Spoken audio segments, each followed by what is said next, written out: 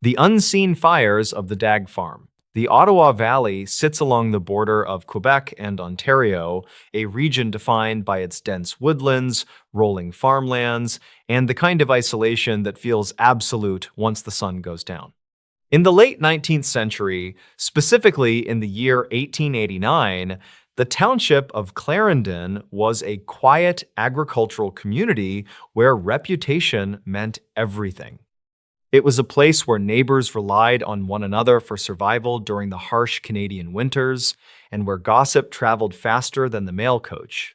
But what happened at the farmhouse of George Dagg that autumn was not the sort of thing people wanted to discuss in the open. It was a sequence of events that defied the physics of the time and the logic of the people who lived there, leaving behind a stack of sworn affidavits and a legacy of uneasy silence. George Dagg was a modest farmer, a man known for his hard work and his lack of interest in nonsense. He lived in a sturdy log farmhouse with his wife Susan and their two young children, Mary and Johnny. Also living with them was a young girl named Dinah McLean. Dinah was an orphan, 11 years old, who had been taken in by the Dagg family to help with chores and to be raised alongside their own children.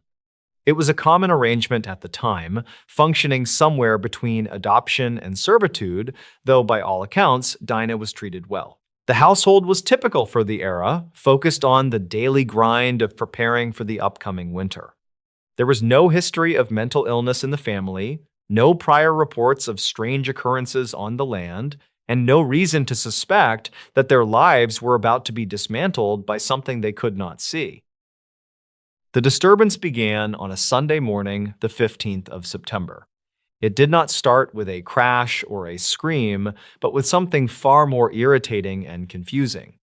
Susan Dagg walked into the kitchen to find a puddle of milk on the floor. It wasn't a spill that looked like an accident, but rather as if a jug had been deliberately overturned.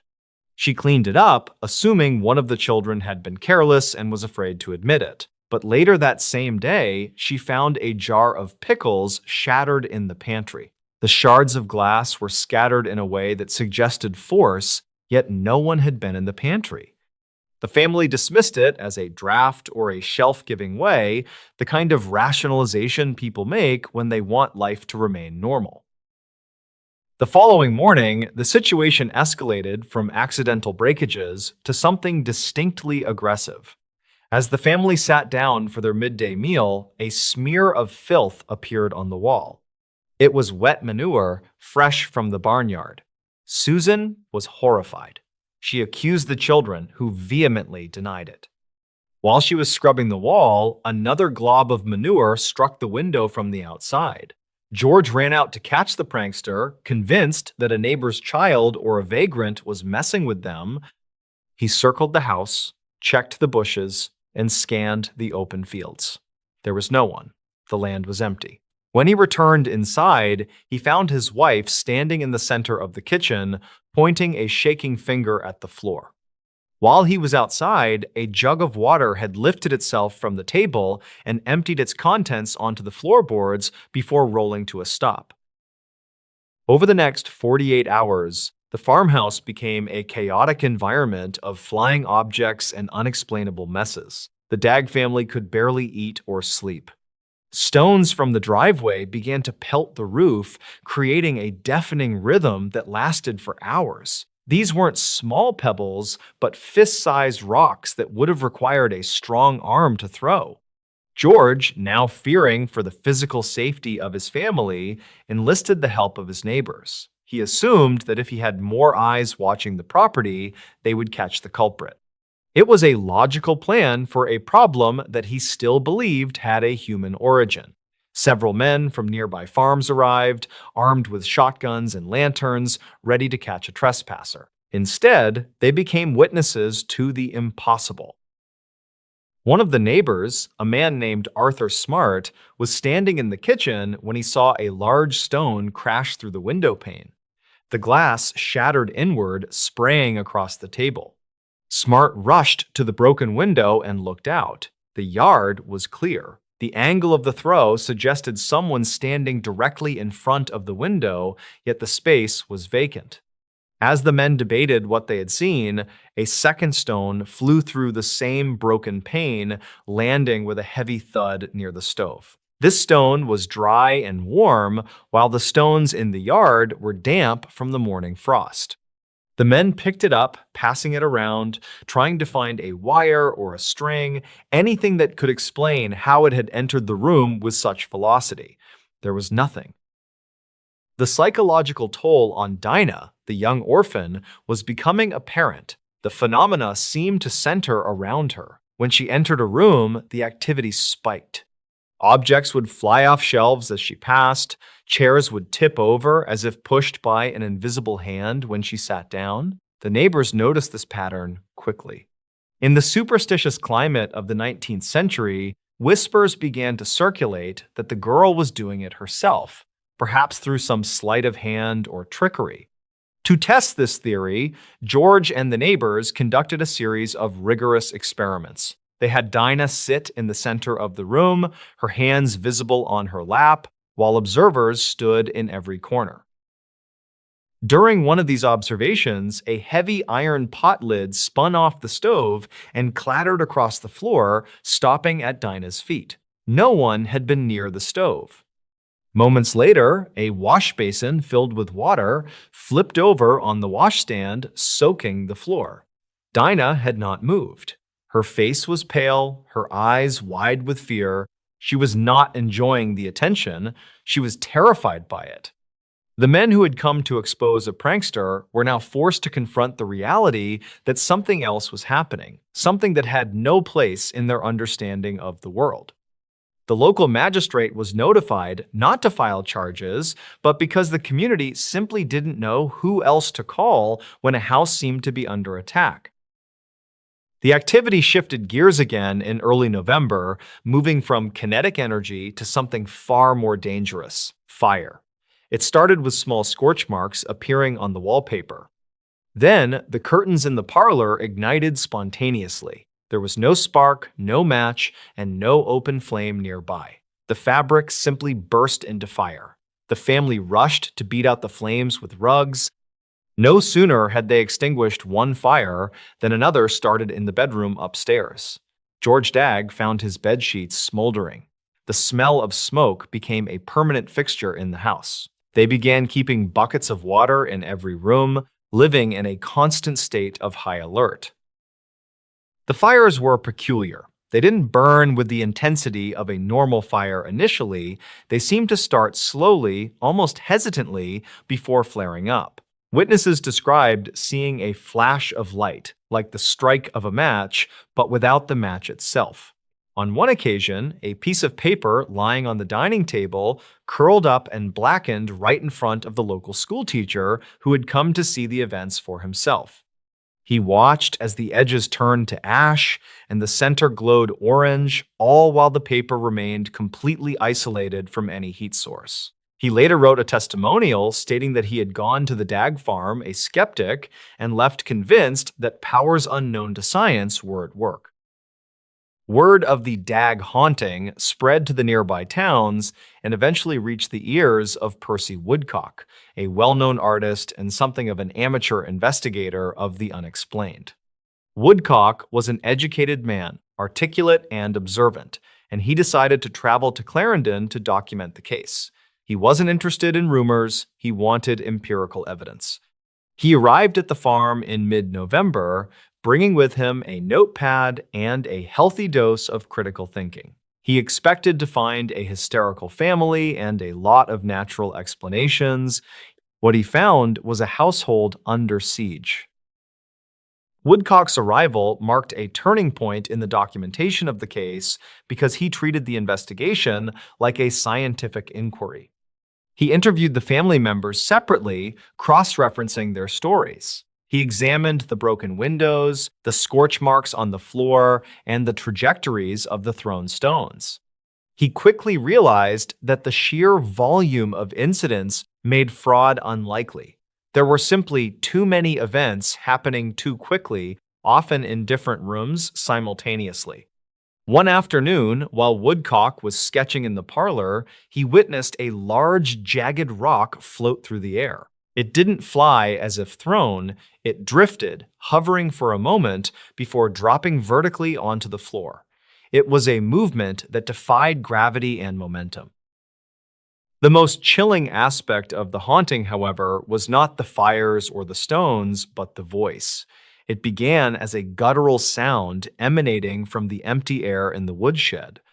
At first, it was just groans and heavy breathing, sounds that made the hair on the back of George's neck stand up.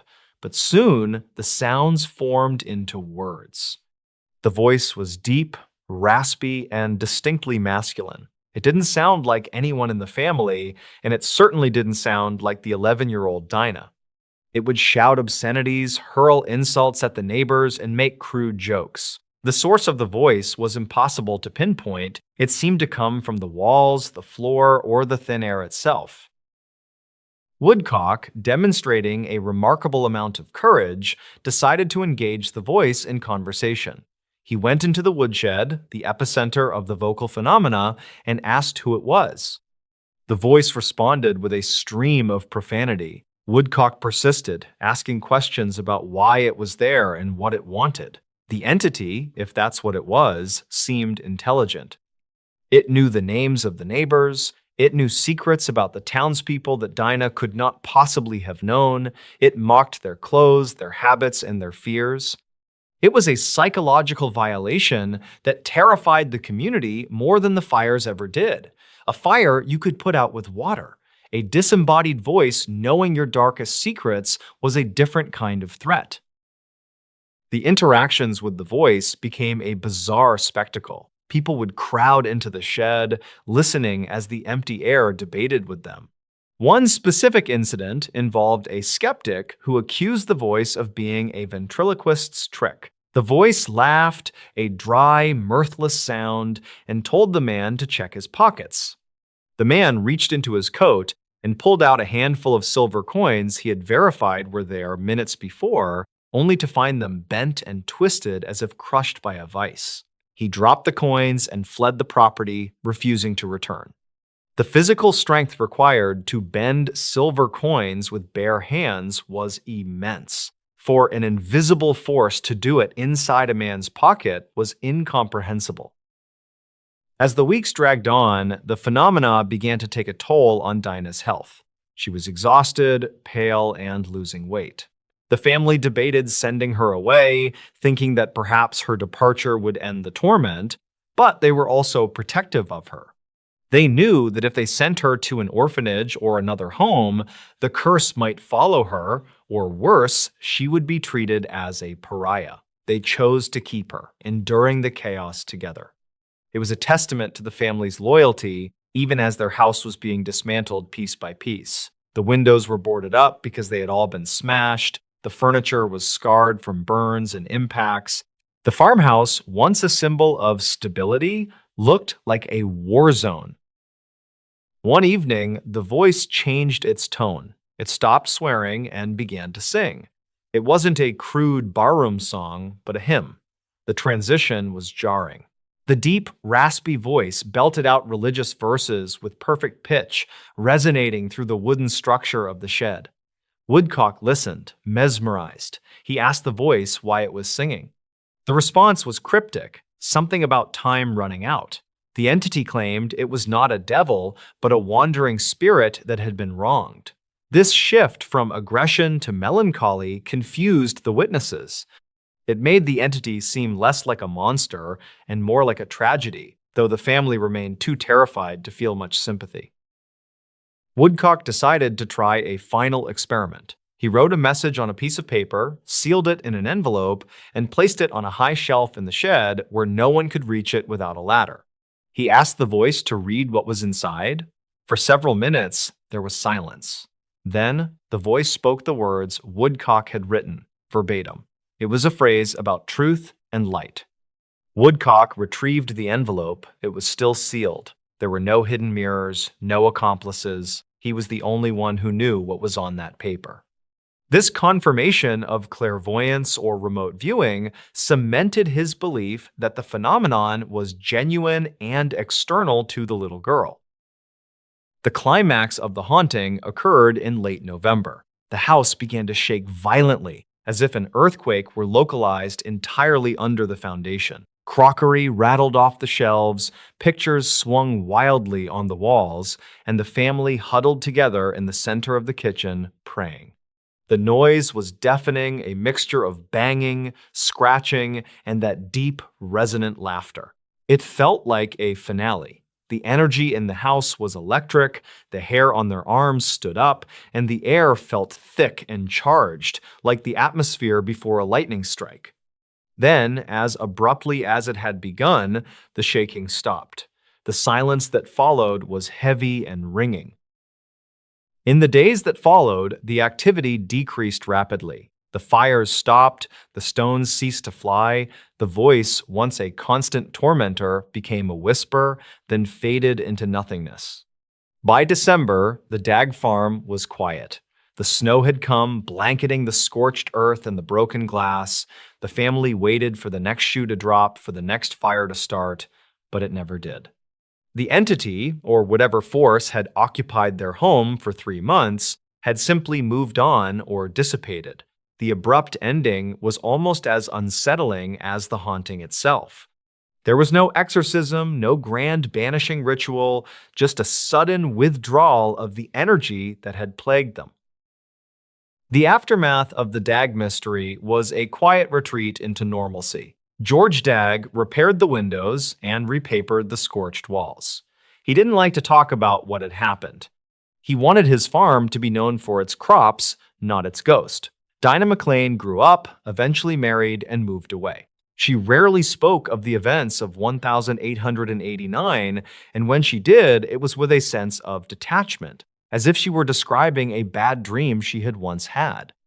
The neighbors who had signed affidavits and sworn on Bibles about the flying stones and the fires eventually stopped telling the story at gatherings. It was too strange, too uncomfortable, and as the years passed, it became easier to pretend it had been an exaggeration. Percy Woodcock, however, did not let it go. He published his account, detailing the events with the precision of a courtroom stenographer. His report remains one of the most compelling documents of paranormal activity in Canadian history because of its lack of sensationalism. He didn't try to sell a book or become famous, he simply recorded what he saw. He described the flight paths of the stones, the temperature of the fires, and the timbre of the voice. He concluded that while he could not explain the source of the phenomena, he could state with absolute certainty that it was not a hoax. The physical evidence, the broken glass, the burns, the bent coins, was irrefutable. The Dag farm incidents left a lingering question about the nature of the reality the family inhabited.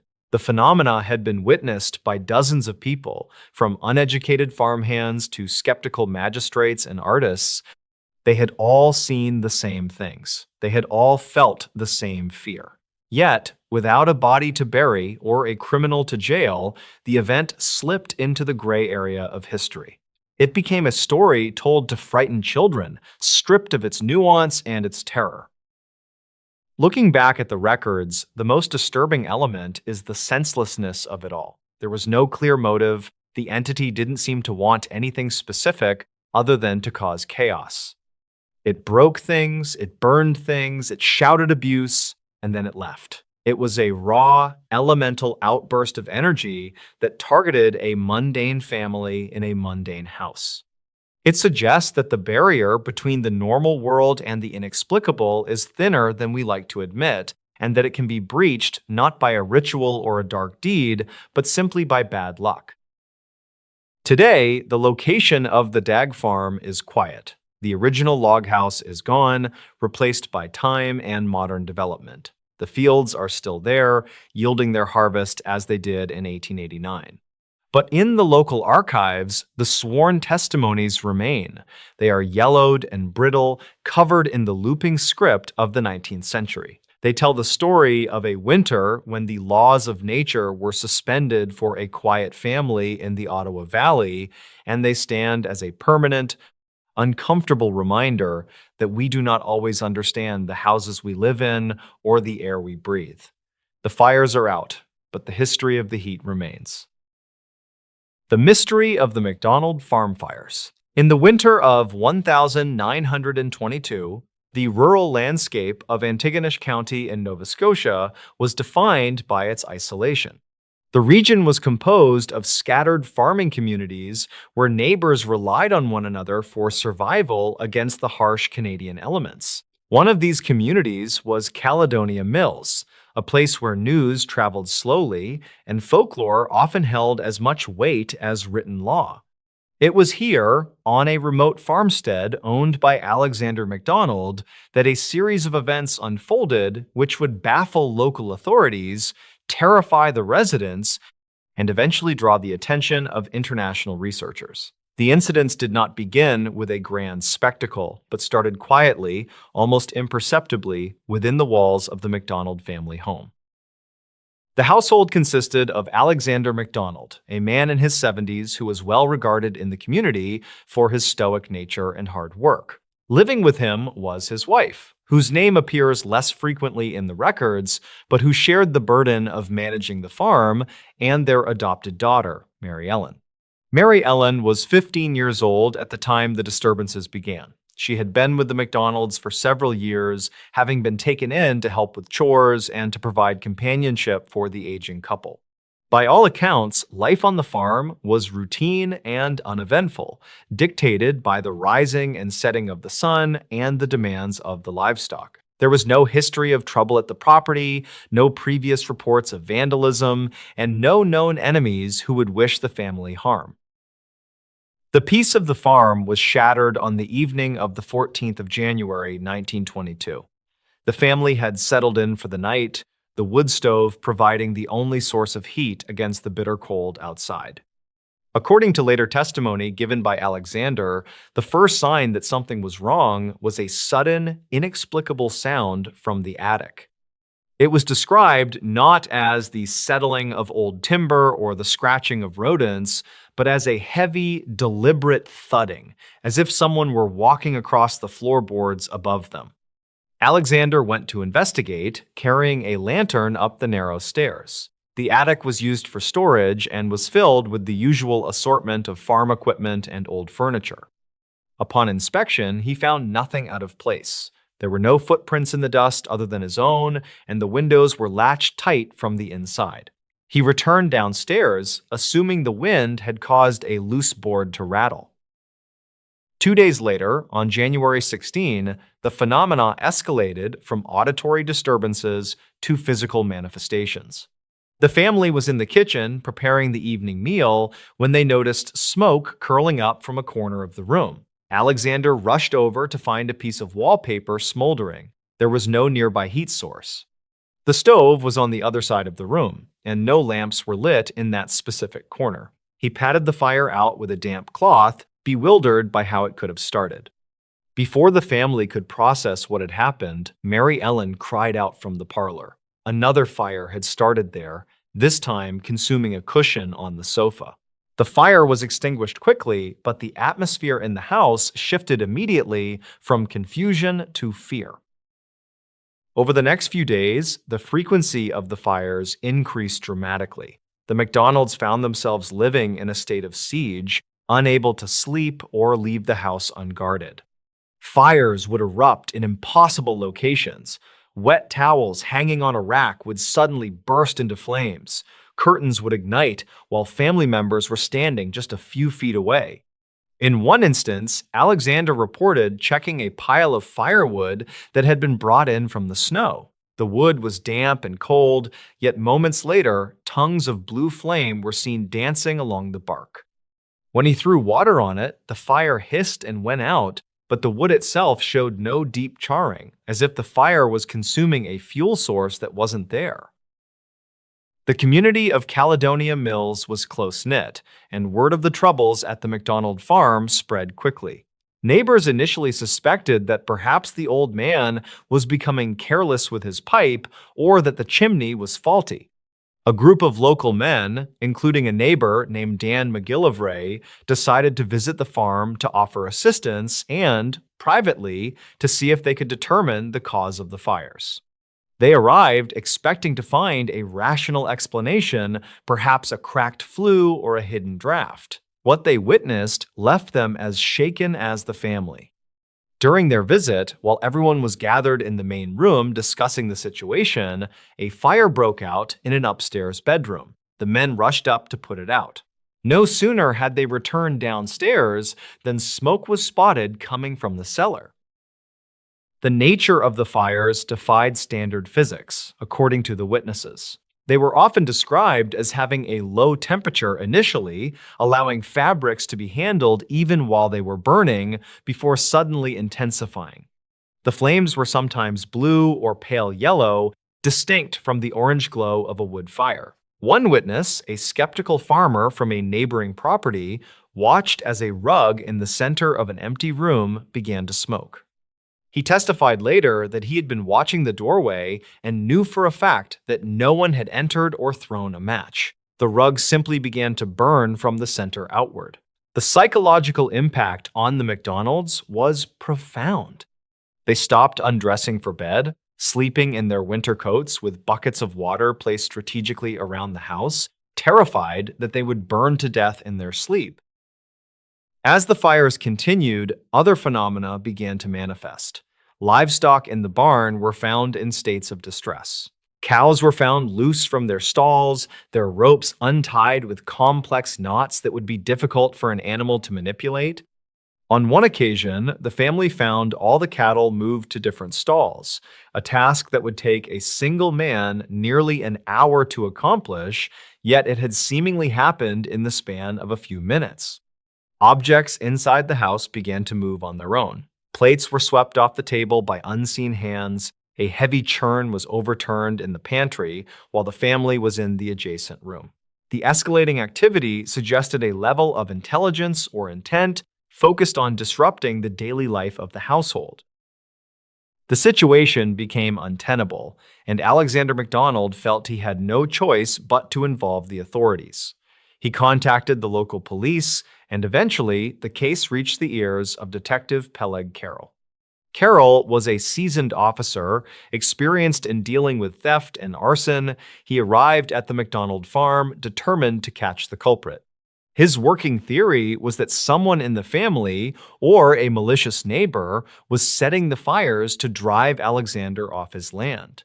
Carroll conducted a thorough search of the property. He looked for incendiary devices, chemicals, or hidden matches. He found nothing. He interviewed the neighbors, who vouched for Alexander's character and expressed their own bewilderment at what they had seen. During Detective Carroll's investigation, the phenomena did not cease. In fact, they seemed to occur with even greater frequency when observers were present. Carroll himself witnessed a fire start on a windowsill where there was nothing flammable but the wood itself. He also noted the peculiar behavior of the fires, which seemed to target specific personal items. Clothing belonging to the family would be found smoldering in closets. Bedding would catch fire in the center of the mattress. The detective was forced to admit that he could find no evidence of a crime in the traditional sense. There were no footprints in the snow leading up to the house during the times the fires started, ruling out an intruder. The fires occurred in rooms where the family members were present, but also in rooms that were verified to be empty. The relentless nature of the disturbance drew the attention of the press. Newspapers in Halifax and beyond began to run stories about the fire spook of Caledonia Mills. The sensational coverage brought a new wave of visitors to the farm, curiosity seekers, amateur sleuths, and spiritualists. The MacDonalds, private people by nature, found their home turned into a public spectacle. The stress was particularly hard on Mary Ellen. As the youngest member of the household, she became a focal point for the speculation. Some locals whispered that she was bedeviled or that she possessed the evil eye. In the folklore of the region, which was heavily influenced by Scottish Highland traditions, such events were often attributed to witchcraft or a curse. In an effort to find a solution, Alexander reached out to his priest. A mass was said in the house, and holy water was sprinkled in the corners of every room. For a brief period, the family hoped this would put an end to the terror. However, the respite was short-lived.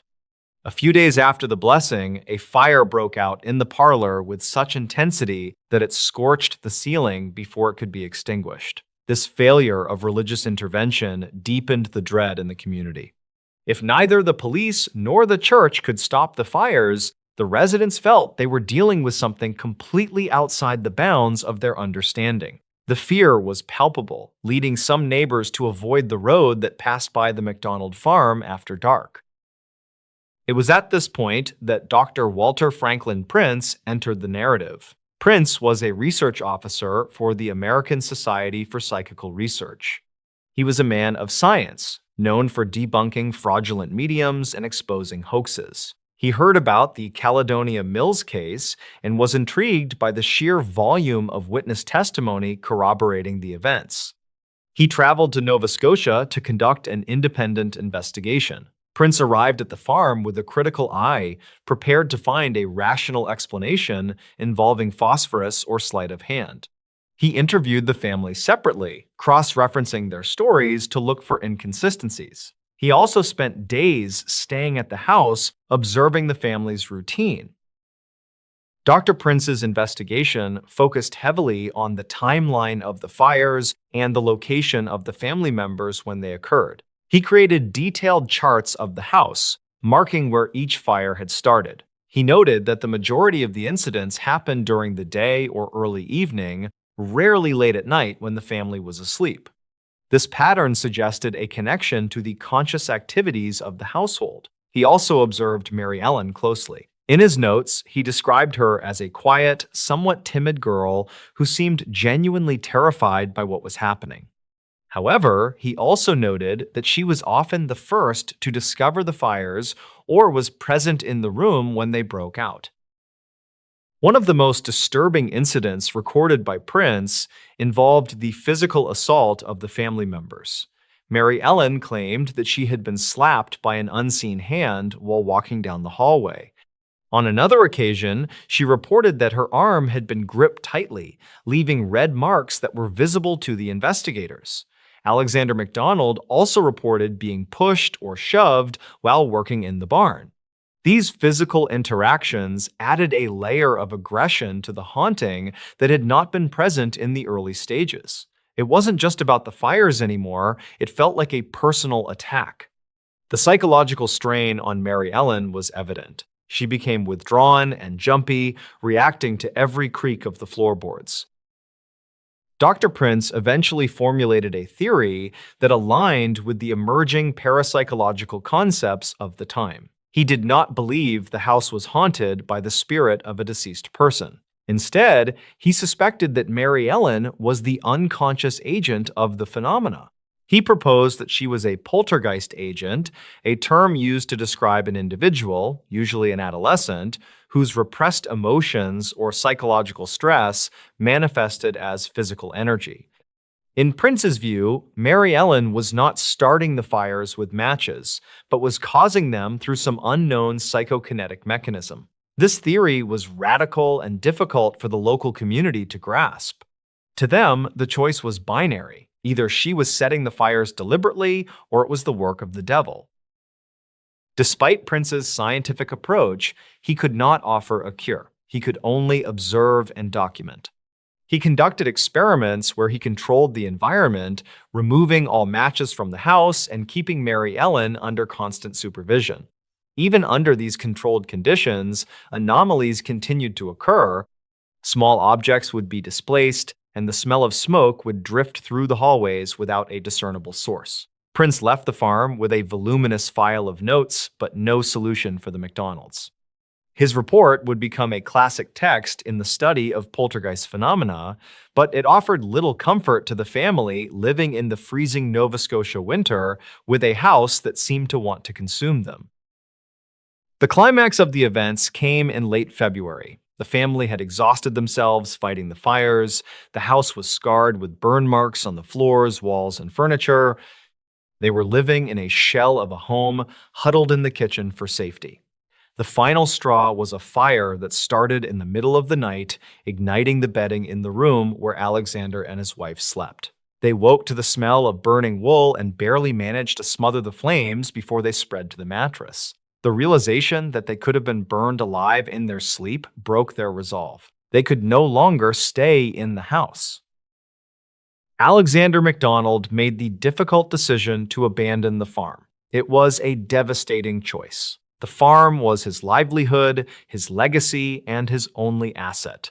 To leave it meant financial ruin and homelessness. However, the safety of his family took precedence. They packed what few belongings they could, salvaged clothes that hadn't been scorched, some kitchenware, and personal documents, and moved in with a neighbor. The moment the family left the property, the fires ceased. The house stood empty and silent. Neighbors who checked on the property reported no further smoke or disturbances.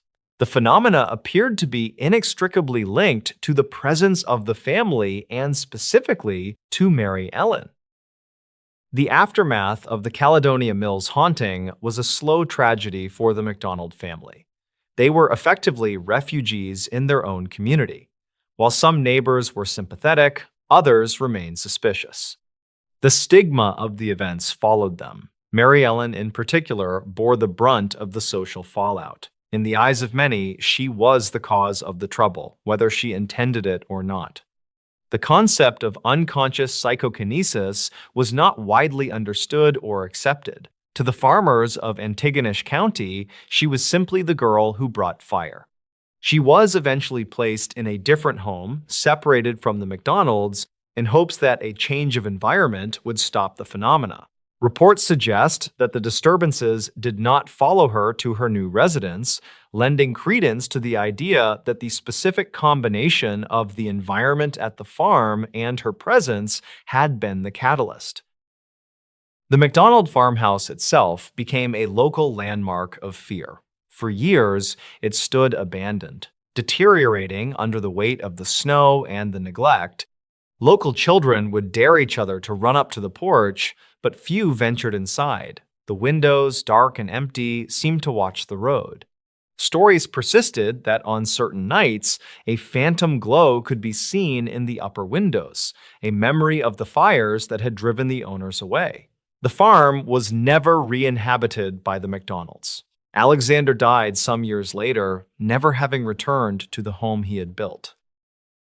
Years later, the house was destroyed by a final fire. This time, there was no mystery about the cause. It was simply the end of a structure that had been left to rot. But the legend of the fire spook remained. It became part of the oral history of Nova Scotia, a story told during long winter nights. The case remains one of the most well-documented poltergeist cases in Canadian history due to the involvement of the police, the insurance investigators, and Dr. Prince. The sheer number of witnesses, over 30 distinct individuals outside the family, makes it difficult to dismiss as a simple hoax. These were practical people, farmers and officers, who had no reason to invent such stories and every reason to want them to stop.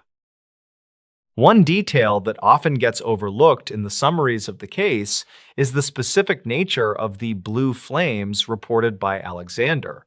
In modern fire investigation, blue flames can indicate the burning of specific gases or alcohols, but there were no such accelerants present in the MacDonald home.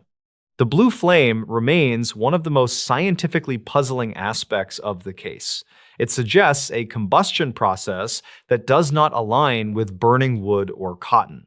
Witnesses described the fire as having a fluid quality, moving over surfaces like a liquid rather than consuming them immediately like a normal flame. This detail was consistent across multiple accounts, from family members to the visiting neighbors.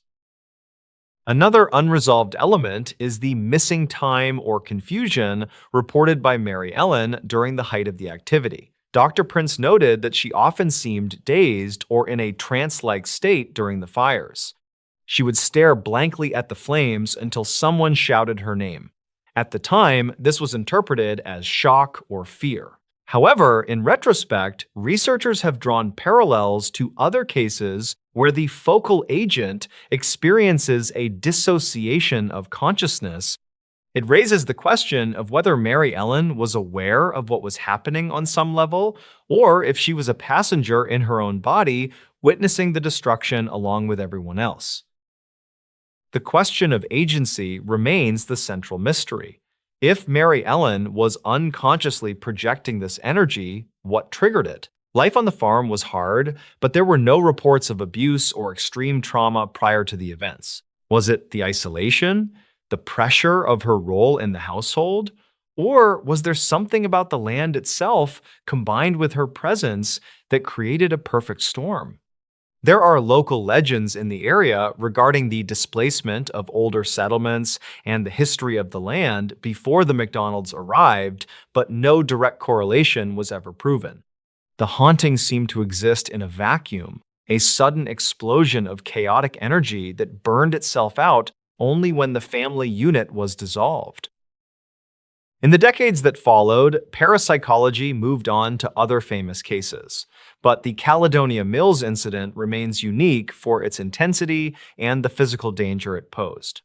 Most hauntings involve noises or cold spots. This one involved a very real threat to life and property. The fires were not hallucinations. They left ash and charred wood. They destroyed furniture and clothing. They forced a family to become homeless. The physical reality of the events sets it apart from more subjective ghost stories. The records from the insurance company, which refused to cover the damages due to the suspicious nature of the fires, still exist as a bureaucratic testament to the impossible situation the family faced. Today, the site of the McDonald farm is reclaimed by nature. Trees and brush have grown over the foundations. There is little to indicate that a house once stood there, let alone one that was the center of such a violent mystery. But in the local archives of Antigonish, the testimonies remain. The handwritten statements of the neighbors who saw wet towels burn, the police reports of Detective Carroll stating he could find no arsonist, and the detailed observations of Dr. Prince all paint a picture of a few weeks in winter where the laws of reality seem to suspend themselves. The story of the Caledonia Mills fire spook serves as a reminder of the fragility of domestic safety. The home is supposed to be a sanctuary, a place of warmth and protection against the cold world outside. In January 1922, for Alexander McDonald and his family, the home became the predator. The fire that should have kept them warm turned against them. The walls that should have sheltered them became a trap. And in the center of it all was a teenage girl, terrified and confused, watching the world burn around her, unable to explain why or how. The incident is rarely discussed outside of Nova Scotia historical circles now. It lacks the cinematic flair of a horror movie villain or the clear narrative resolution of a mystery novel. There was no exorcism that worked. There was no culprit caught in a trap. There was just a family who lost everything to a force they couldn't name. It is a raw, unresolved account of human experience at the edge of the unknown. The ambiguity is what makes it enduring. We want to believe there was a trick, a hidden match, a clever deception. But the 30 witnesses, the scorched wood, and the blue flames suggest that just perhaps something else walked the floors of the McDonald farm that winter. Even the skeptics of the time were forced to pause. One local newspaper editorial from 1922 summed up the public sentiment. "We do not believe in ghosts. We do not believe in spirits. But we cannot explain what is happening at Caledonia Mills." That sentence captures the essence of the event. It was a collision between the rational, hard-working world of rural Canada and an inexplicable, destructive force. It sits in the history books as an anomaly, a question mark burned into the landscape of Antigonish County, waiting for an answer that will likely never come. The Caledonia Mills disturbance. The landscape of rural Nova Scotia in the early 20th century was defined by its harshness and its silence. In the winter of 1922, The community of Caledonia Mills, located deep within Antigonish County, was not the kind of place that welcomed outsiders or solicited attention. It was a farming settlement where families worked land that was often unforgiving, relying on generations of stoicism to get through the long, dark months of snow and ice. The farms were spread far apart, separated by dense thickets of spruce and fir trees that seemed to swallow sound. It was in this isolated environment that the MacDonald family lived. Their farmhouse was a standard timber structure built to withstand the Atlantic winds, but it would soon become the center of a series of events that defied the understanding of local authorities, insurance investigators, and the family themselves.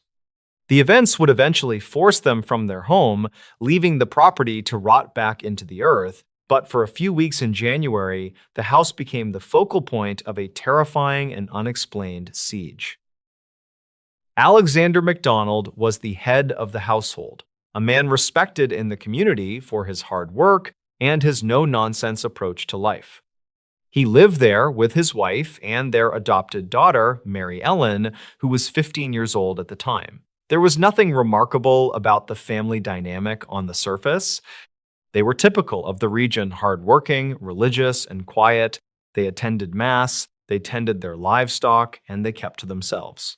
The winter of 1922 had been particularly cold, freezing the ground solid and turning the roads into treacherous ruts of ice. The isolation was absolute. It was against this backdrop of frozen stillness that the first anomalies began to occur, small incidents that were easily dismissed at first as accidents or misplacements, but would soon escalate into a phenomenon that threatened their lives.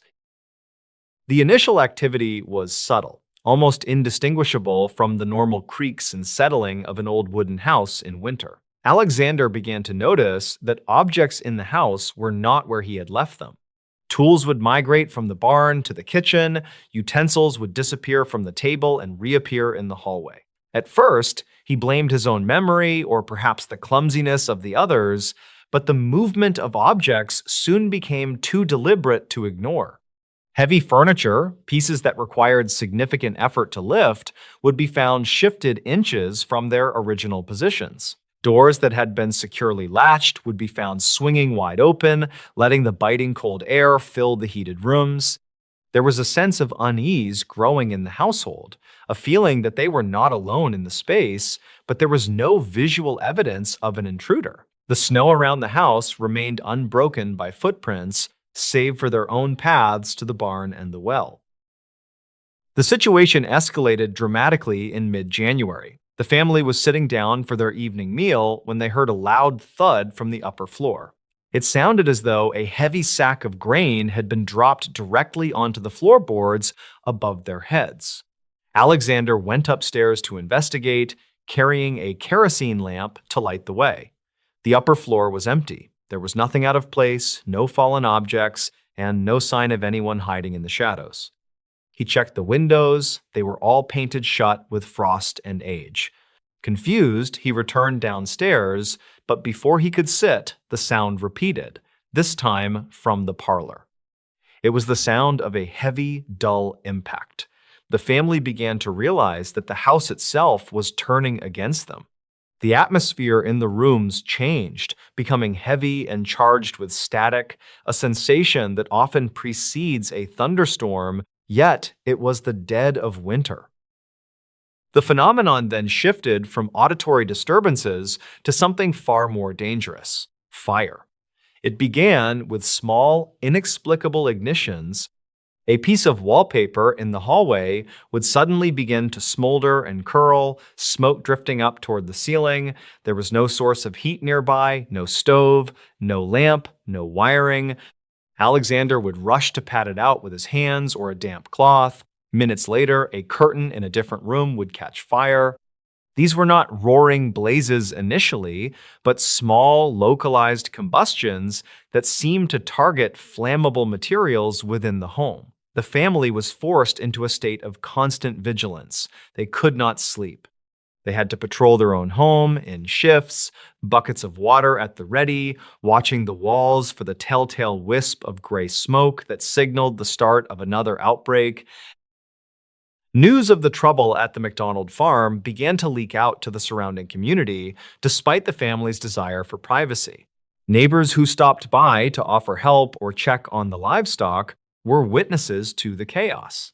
One neighbor reported sitting in the kitchen and watching as a dish towel hanging on a rack far from the stove suddenly burst into flame. He watched Alexander douse it, only to have a calendar on the opposite wall ignite moments later. The fires were described as having a strange quality. They did not seem to spread as naturally as a normal fire. They would flare up intensely and then die down, or they would smolder in damp areas where a fire should not have been able to catch. The sheer frequency was exhausting. In a single day, the family and their neighbors extinguished over 30 separate fires within the house. The physical toll on Alexander and his wife was immense. They were living in a smoke-filled war zone, fighting an enemy they could not see or understand. The terror was not limited to the interior of the house. The barn, the lifeline of any farm, became a target. The livestock began to exhibit signs of extreme distress. The horses would kick at their stalls, their eyes rolling in panic, soaked in sweat despite the freezing temperatures. When Alexander went to check on them, he would find their tails braided. This was not the work of wind or chance. The braids were tight, complex knots that would have taken human hands considerable time to fashion. Yet, the barn had been locked, and the snow outside remained undisturbed. The cattle were moved from one stanchion to another, a task that would require significant force and cooperation from the animals, yet it happened in the span of minutes while the family was inside the house fighting fires. The phenomenon was demonstrating a level of physical control over the environment that was terrifyingly comprehensive. As the fires continued, the local authorities had to get involved. The situation had moved beyond a domestic curiosity to a matter of public safety. Officers were dispatched to the farm to investigate. These were practical men accustomed to dealing with theft, disputes, and the harsh realities of rural life. They arrived with the assumption that this was a case of arson, likely perpetrated by someone with a grudge or perhaps a member of the family seeking attention. They began a systematic search of the property, looking for matches, chemicals, or hidden devices that could explain the sudden ignitions. They found nothing. They interviewed the family separately, looking for inconsistencies in their stories. They found none. The fear in the eyes of the McDonalds was genuine. They were people who were watching their livelihood and their sanctuary be destroyed by something they could not name.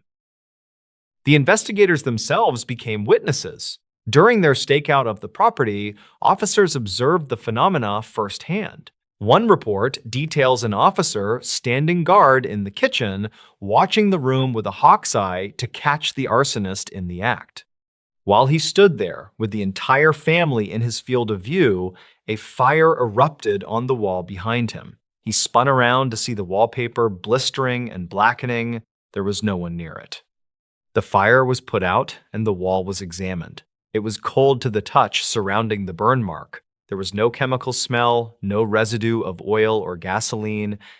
It was simply spontaneous combustion of the paper. The officers were baffled. They had arrived to make an arrest and were instead left questioning the basic laws of physics.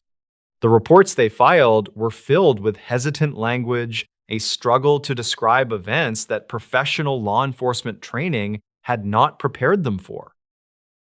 The focus of the investigation eventually turned toward the adopted daughter, Mary Ellen. In the lore of poltergeist phenomena, it is often a young person in the household who acts as the epicenter, and the investigators noted that the fires seemed to happen most frequently when she was present or nearby. However, this observation did not solve the mystery. It only deepened it.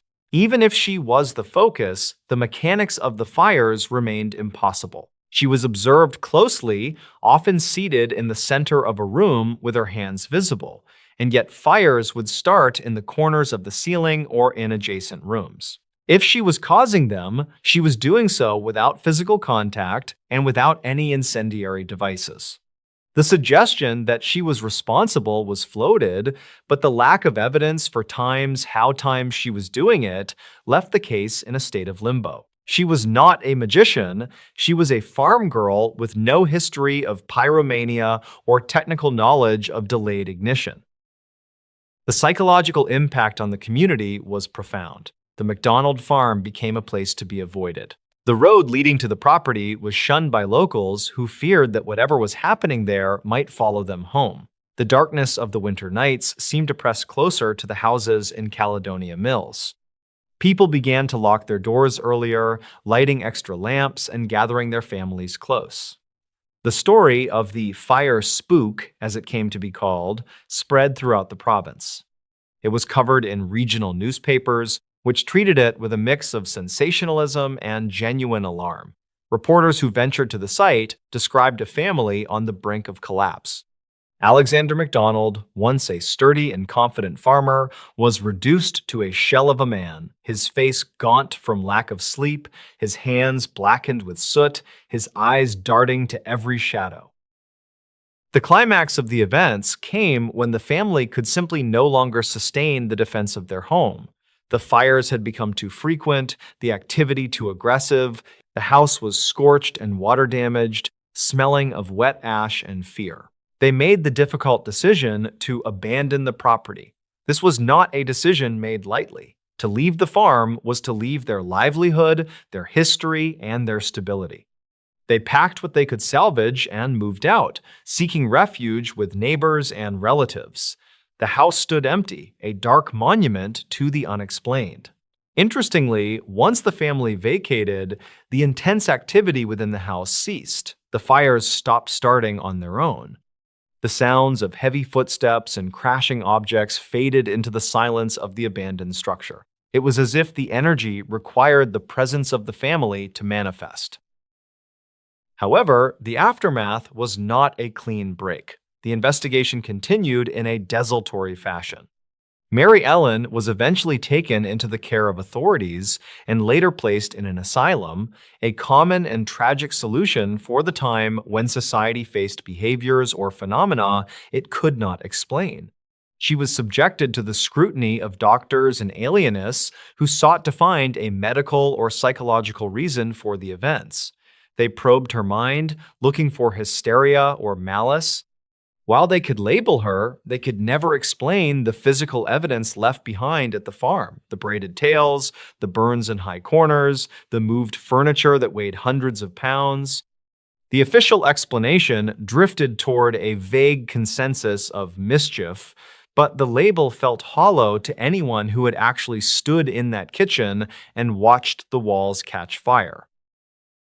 The McDonald farmhouse remained standing for years, slowly deteriorating under the weight of the seasons.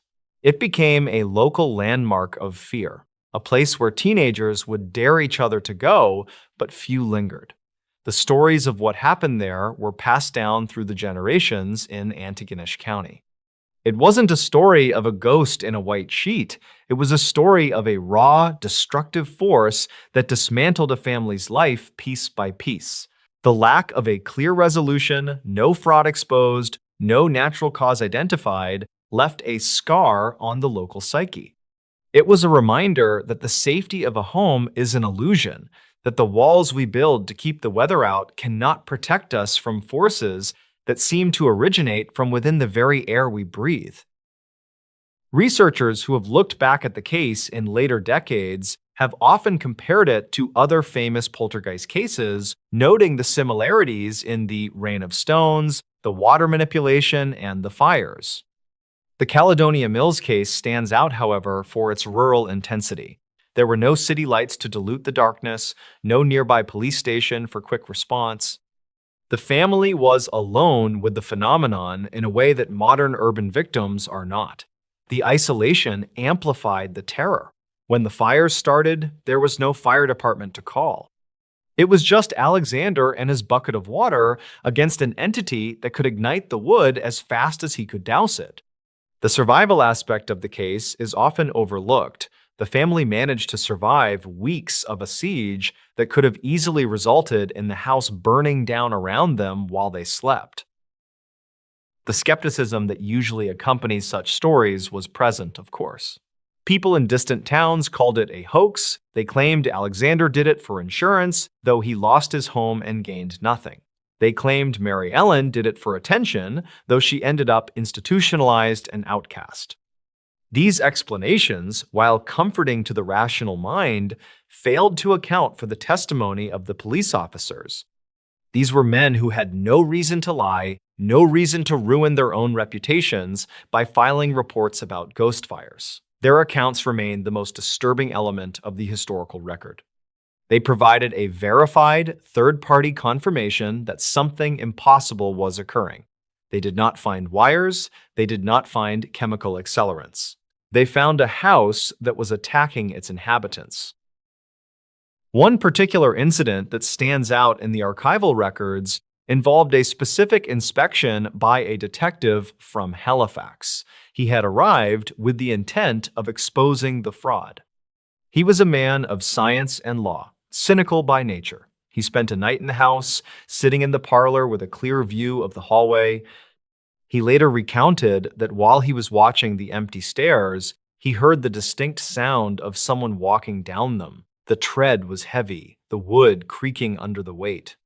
He stood up, shining his light on the staircase. It was empty. As he watched, the sound continued past him, invisible, and then the heavy front door unlatched itself and swung open into the snowstorm. He rushed to the door. There were no footprints in the fresh snow on the porch. The detective left the next morning, his report inconclusive, his skepticism shattered by the undeniable reality of his own senses. The tragedy of the MacDonald family is that they were regular people, thrust into a narrative they did not choose. They were not occultists, they were not seeking fame, they were farmers trying to survive a winter. The events at Caledonia Mills destroyed their unit. Alexander never truly recovered from the stress of those weeks. The loss of his home and the cloud of suspicion that hung over his name took a toll on his health. The community, while initially helpful, eventually pulled away, the stigma of the haunted farm proving too strong for social bonds to withstand. It is a common pattern in these cases. The victims are victimized twice, first by the phenomenon and then by the society that cannot process the anomaly. Decades later, the site of the farmhouse has been reclaimed by nature. The trees have moved back in, the foundations have crumbled into the soil, and the physical evidence of the fires has long since rotted away. But the accounts remain in the archives of Nova Scotia folklore and in the dusty police files of the era. They serve as a testament to the fact that there are pockets of experience that defy explanation. The Caledonia Mills mystery was never solved in the traditional sense. It simply stopped when the fuel of the family was removed. It remains a disturbing example of how fragile our grip on reality can be and how quickly the familiar comforts of a home can be transformed into a landscape of absolute terror. The enduring question of the Caledonia Mills fires is not just how they started, but why. Was it an external entity? Was it a manifestation of the subconscious stress of a teenager? Or was it something geological, a magnetic or electrical anomaly of the land itself? Theories abound, but none satisfy the entirety of the facts. The wet towels that burned, the cold walls that scorched, the invisible walkers, these details refuse to fit into a neat box. The case sits in the history books as an uncomfortable silence, a gap in the rational narrative of the province. It is a story that is whispered rather than shouted, a reminder that in the deep woods of the north, in the dead of winter, there are things that burn without a match and walk without feet. Even today, those who drive through the back roads of Antigonish County might feel a shiver when passing near the old location. The geography hasn't changed. The wind still howls through the spruce trees with a voice that sounds almost human. The isolation is still there, waiting.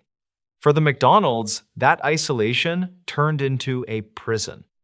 Their story is a sobering documentation of a family under siege fighting a battle against the impossible, armed only with buckets of water and prayer. It is a raw, unfiltered glimpse into a reality where the rules of physics are temporarily suspended and where the dark corners of a room can hold more than just shadows. The final aspect of the case that lingers is the silence of the aftermath. After the family left and the sensation died down, the world moved on. The 1920s roared into the 1930s, the Depression hit, and the small tragedy of a burning farmhouse was largely forgotten by the wider world. But for the people who were there, who smelled the smoke and felt the cold draft of the invisible opening doors, the memory never faded. It was a trauma etched into their minds. They had seen the veil lift just for a moment, and what they saw behind it was a chaos that had no place in their ordered lives. The MacDonald farm haunting remains one of Canada's most compelling and least understood mysteries, a cold case in the truest sense of the word, frozen in the ice of a 1922 winter, forever unresolved.